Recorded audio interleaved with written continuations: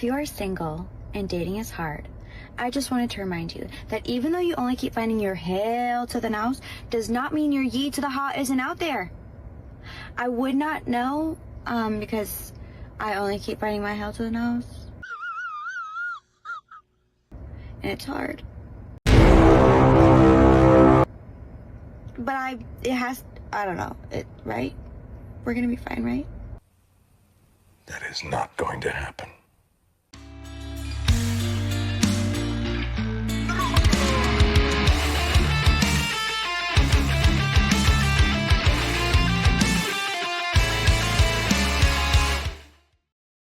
Ladies and gentlemen, welcome back to the channel. Today, guys, we'll take a look at, take a guess, women being good at dating or women being bad at dating. Well, you guessed it, it's women being bad at dating. For a change, right? A like and subscribe for the creativity and originality. But now, guys, let's get started with this piece of cake right here, whose advice is not necessarily wrong, but a bit misplaced. Let's have a listen. If you're currently thinking about divorcing your wife or leaving your girlfriend, think again. The thrill, the butterflies, the excitement you're looking for, it's not that important. In life, there is difficult situations to go through. Do you understand that? There is death, there is cancers, there is all these things. You need a solid partner by your side. Like, forget all these like big booty girls and stuff. It's like not important in life. Y'all are ready to destroy your families, leave your kids with generational trauma, single mother household, just because you want to have this like thrill, or you want to have an exciting sex with somebody new. What are you talking about? What are you talking about? I don't get it. Live a little bit outside of your own damn selfish self. Well, really good advice, I have to be honest. I like how she's passionate about it. It's just, is it reverse day or something, guys? This is an advice for the women. Now, of course, men do this as well, of course, but the proportions are just not it, man. Like, the men who do this, guys, are the top 5% of men, alright? The bottom 90% of men, even if they wanted to, they couldn't do this. Like, even if they wanted to be a-holes and leave one woman for another, go around having S3X, they can't do it, alright? Meanwhile, the even below average women have so many options that they can do this every day of their life if they wanted to, right? And this is why it happens, alright? This is why I mostly put the blame on women for dating. It's not that the bad men are not equally as bad as the bad women. It's not that women are inherently or innately more evil or whatever. It's just that, just speaking about numbers, women are the ones who have more power, thus more responsibility. But guys, do you agree with that? Otherwise, yes, sadly, a lot of men cheat. The numbers of, percentages of gender cheats are almost the same last time I checked. But guys, leave me your thoughts about that. And now let's move on to another woman. This one is a dating coach, has her own show. Let's have a listen to it.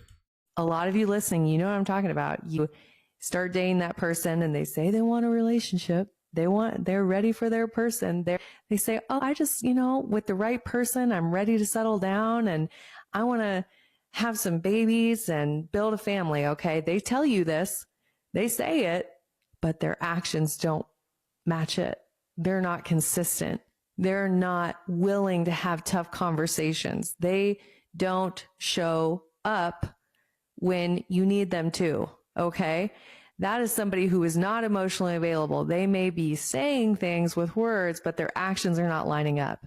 So you need to become the securely attached version of you who can attract that person that is emotionally available, that their actions match their words. They want a relationship. They desire intimacy. So we've heard this point made 1,000 times. I've never seen it followed, actually. I've never seen a woman that says, you know what, I'm going to do that. No, instead they keep dismissing the good men. They keep going for the bad boys. And then they are shocked and surprised when it doesn't work out. To be honest with you guys, and I've said this on the channel, Chads are a one-trick pony, alright? They don't have this massive repertoire of different games and schemes and all that to trick women into having S3X with them. No, it's this one thing. Oh yes, I think I'm gonna commit, but first spread your legs and we're gonna talk about it later. And later never comes. It's that one thing. It's one thing, guys. It's not that hard to find out about it. All right.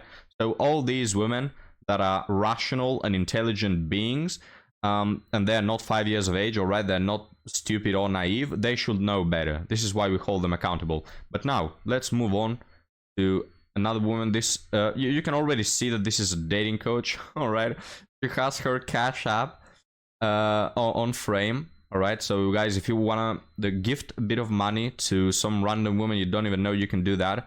But now let's have a listen to what she has to say. So we're in provider era now. That means we don't deal with dust. Dust is a thing of the past.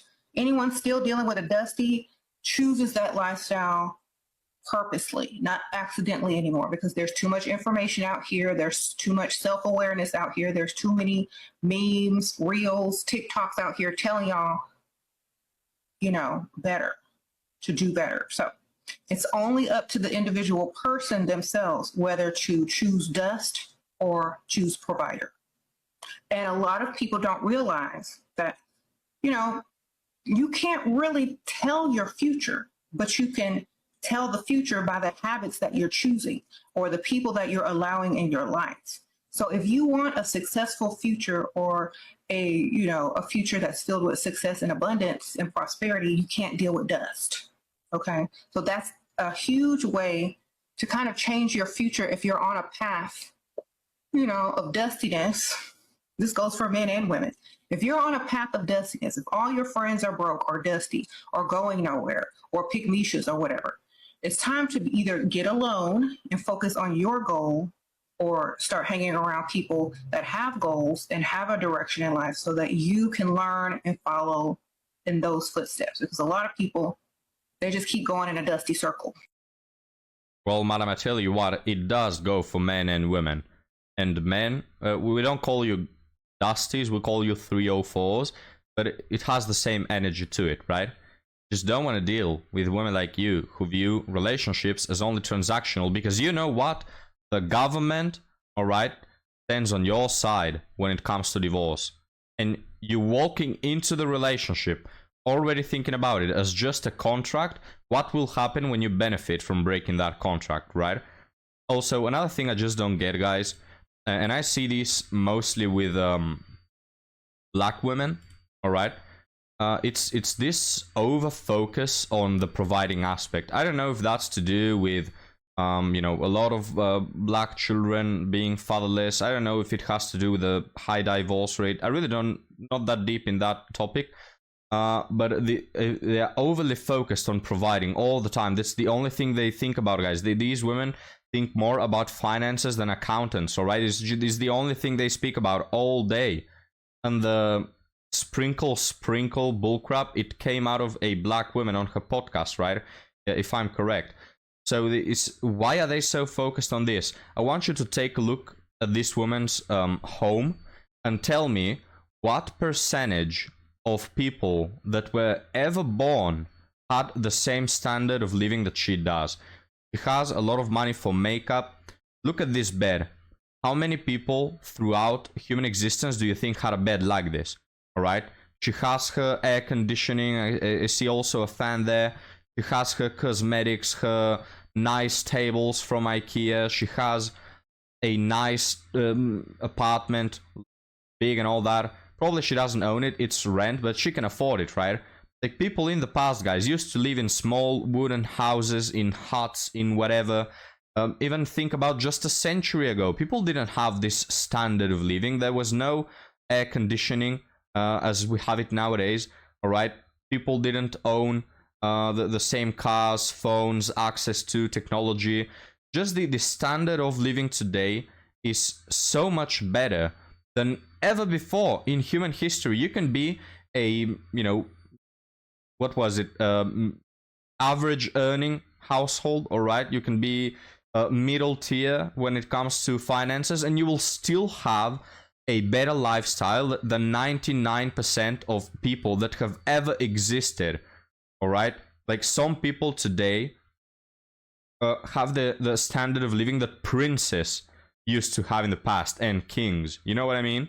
Yet these women, guys, are focused on providing, like they are living post World War II, all right? And they are just, they have no food, and they're like, oh, I need a man that can provide, or I'm gonna pass away under a bridge.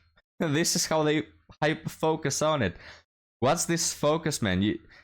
You know, it's almost like, guys, it's almost like the more options you have and the bigger comfort you have, the more you turn into a self-absorbed a-hole. Because women in the past, ironically enough, when things were way harder, they didn't focus so much on providing. They still focused on that because of course they did, and they had to, but they were more focused on the more important things in life, like actually sticking to your partner. And we had families that went through famines and economical depressions and whatever not, and they stayed with their partner through sickness and all that. These women, guys, the moment you lose your job, if you don't find a new one in 2 weeks, they're probably gonna divorce you. All right, like this is what we've come to, ironically enough, when we live so much better lives than before. But what do you think about that, guys? Now let's move on to a last woman, and this one makes some sense for a change. So let's have a listen. Girls want to date an entrepreneur until they see what comes with being with an entrepreneur. You think for 1 second that dating an entrepreneur, especially one that is successful, means you get freedom? Take it from me. I'm sitting at the office of the entrepreneur right now, where he's getting 2 jobs for the price of 1. He's 24/7, and I'm out here being 24/7 with him. When I started dating my fiance, he basically told me from the get-go, I want to end up with someone that supports me and my goals and my dreams. That's the one thing I'll never give up. I was like, oh, that sounds easy enough.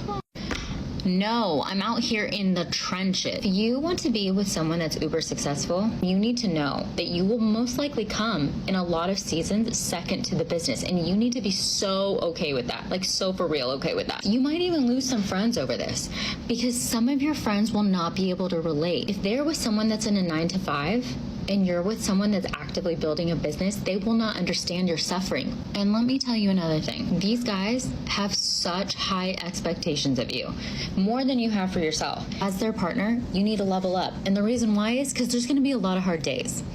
And you're going to be out there in the trenches with them as literally God's strongest soldier. Top of all... So I want to show this TikTok, guys. I'm sure that most of you know this, but I just find it so funny how a lot of women think that they have like this Disney fairy tale view of relationships, and they want the successful man, right? I mean, we hear this on every second TikTok. Oh, I want a successful man with a lot of money.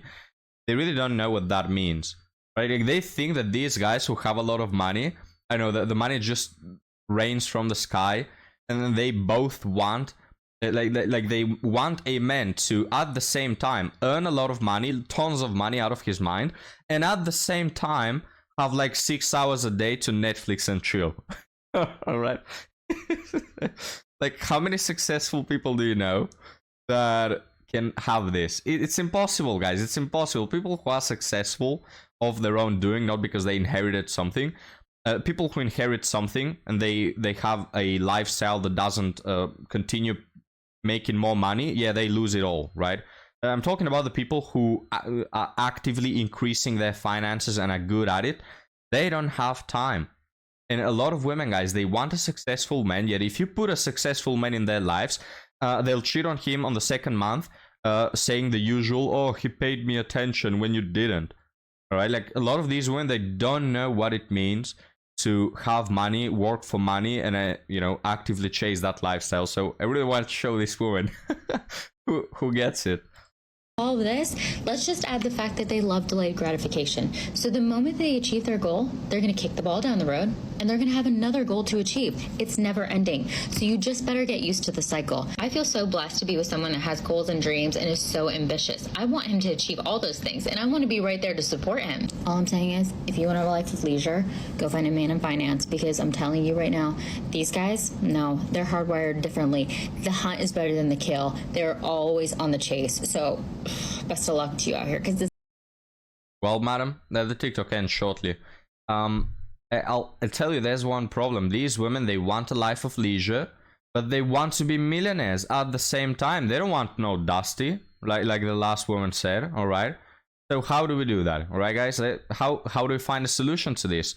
How do you become a multi-millionaire while at the same time Netflix and chilling with your girlfriend for 6 hours a day and listening to how Josh made a rude comment at work?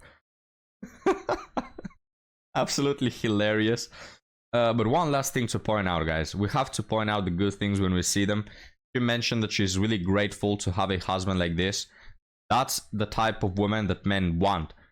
That they post something on the internet and they don't feel embarrassed to see it, alright? How many women embarrass their husbands or their potential husbands by posting this cringe on the internet, alright? And we're gonna shortly move on to our Reddit article. But just like the woman yesterday, alright, my platonical girlfriend that sadly is in a relationship, imagine you are her husband, right? Her now boyfriend. And you go on her TikTok and you find her like 80 TikToks talking about other men and how she messed with them and how she liked them and what they did and all that. Guys, it's embarrassing. It's embarrassing nowadays to be with most of these women. They embarrass you. Right, they put content on the internet that is actively a ruin for you. So it's good to see a woman that's what respect means. That's what we mean with respect. It doesn't mean that you should act like a soldier or a servant or a slave or whatever. No, it's just don't make me feel embarrassed and actually be a net positive to my life. All right, have respect towards my personality. But now, guys. Enough about that. Let's move on to our article story, which is a short one. It's rather one that I want to discuss with you. Once a cheater, always a cheater, question mark, asks the person. I need some advice. Do you think it's true that once a cheater, always a cheater? Can people change? Do people change? Experience, thoughts? So, interesting topic. We're going to read some comments. Old Soul Millennial Man says, once a cheater, not always a cheater, but once you cheat on me, better luck to the next person. I won't write you off for a past sin. I and every other person in the world will be effed if that's what everyone's policy, if that was everyone's policy. But if you betray me directly, no, we don't come back from that. And I've yet to find anyone who regrets following this policy. So this man wouldn't stay with a cheater, but he will date a past cheater. Do you agree with that, guys? What would you do in that situation? I think that most of us wouldn't stay with a cheater, right? But I think that some of us, some of you guys, I include myself every time, not specifically talking about myself. I think that some of the men will consider dating someone who has cheated in the past. So they can see themselves doing that. Another one here says, do people change? Yes, but they need to feel an awful lot of pain to want to do so. If I stay with a person who insert any behavior I don't like, the person usually doesn't change. They get worse because the act of staying with them reinforces the poor behavior as being acceptable. In effect, I become an enabler. This is absolutely true, guys, and a bit off topic, but this is the reason why women nowadays have become so entitled and delusional. It's because simps enable them, right? It's simps reinforce them because they can do whatever crappy behavior and men still want them. This is why we have a lot of women that they don't stop to think about a man for 1 second in their life, because there are men who are willing to accept that, all right? And there are women that behave like little toddlers, equivalents of toddlers, and they have no problem with it because men still want to be with them, right? If simps stop to exist, guys, these women, they will change in 10 years, all right? In 10 years, they will become from the biggest 304s and delusional women, they will become, like the equivalent of Mother Teresa in terms of traditionalism, all right? Because then they will face the consequences of actually having a crappy personality and they will be single, and they don't want that. But of course, that's never going to happen thanks to simps. I, interestingly enough, did a poll back in the day asking who is more to blame, women, delusional women, or simps. And I thought, guys, that you will choose delusional women, but most of you, the bigger part of you, chose simps, interestingly enough. And final comment here, I do believe people change, but I wouldn't trust someone with a history of being too primate-brained. to stay faithful to someone they claim to care about with my own heart. So that was the Reddit article. I found it interesting, guys, and I want to know what you think. Would you accept someone that has cheated in the past? Or can you see yourself doing so in any hypothetical situation? I think that it's kind of a hard topic because I do believe that people can change, but change is something really hard to achieve, this real change, not just the superficial one. And I also think that it always carries a risk because even though the other person may be sure that they've changed, you cannot be sure, right? But regardless of that, the only thing that's not up for debate, guys, is if someone cheats on you, this applies to the woman as well, leave him. It's over, right? Even if there are kids involved, a lot of people stay for the kids because in the end, you want the best for your kids. But think of it this way, and divorce is not good for your kids, right? But think of it this way, it's not good either for your kids to stay in a marriage where the other person has cheated and there's no longer love, trust, and all the things. You don't want to give this example to your kids that you should stick with the other person when they cheat on you, right? So even though it's a hard decision to make at that point, I think it's the best to leave the other person. If they cheat, guys, it really is over. And I think that is not up for debate. But guys, what are your thoughts? Let's debate, right? Thank you for watching. Thank you for joining me and Ampu. A positive video today because lately the comments saying that I'm going insane are increasing. So I wanted to show you all that I'm fine, all right? I'm normal. Everything is all right. At least that's what the voices in my head tell me. So everything's fine. See you again, guys.